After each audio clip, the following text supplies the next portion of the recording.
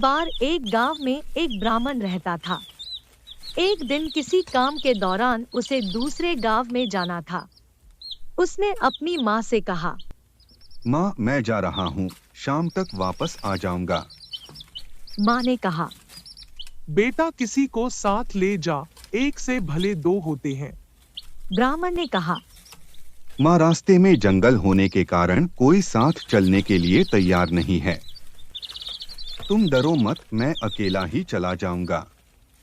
माँ उसकी बात सुनकर जल्दी से पास की नदी पर गई और वहां से एक केकड़ा पकड़ कर लाई। माँ ने केकड़ा बेटे को देते हुए कहा, तुम्हारा वहां जाना आवश्यक है, लेकिन तुम्हारे साथ जाने के लिए कोई नहीं है। इसीलिए तुम अकेला जाने से अच्छा इस केकड़े को साथ में लेकर जाओ। एक से भले दो, रास्ते में यह तुम्हारा सहायक होगा। ब्राह्मण को केकड़ा साथ में ले जाना अच्छा नहीं लगा। वो बोला, माँ, एक केकड़ा मेरी क्या सहायता कर सकता है? बेटा जैसा मैं कहती हूँ तुम वैसा ही करो। फिर माँ की बात मानकर उसने पास ही पड़े एक कपूर की डिब्बे में केकड़ा को रख लिया।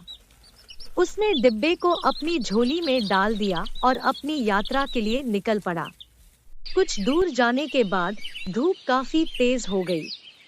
कड़ी धूप से परेशान होकर वह एक पेड़ के नीचे आराम करने लगा। पेड़ की छाया में जल्दी उसे नींद आ गई। उस पेड़ के बिल में एक सांप रहता था। सांप ब्राह्मण को सोता हुआ देखकर उसे काटने के लिए बिल में से बाहर निकला।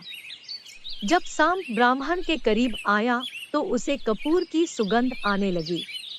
वह ब्राह्मण के जगह झोले में रखे डिब्बे के पास गया।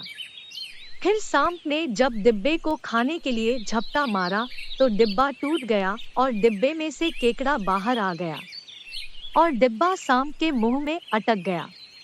केकड़ा ने मौका पाकर सांप की गर्दन को कस के पकड़ लिया और अपने तेज नाखून की मदद से उसे मार दिया। उधर नींद खुलने पर ब्राह्मण ने देखा कि पास में ही एक सांप मरा पड़ा है। सांप के दांतों में डिब्बा देखकर ब्राह्मण समझ गया कि इसे केकड़ा ने ही मारा है।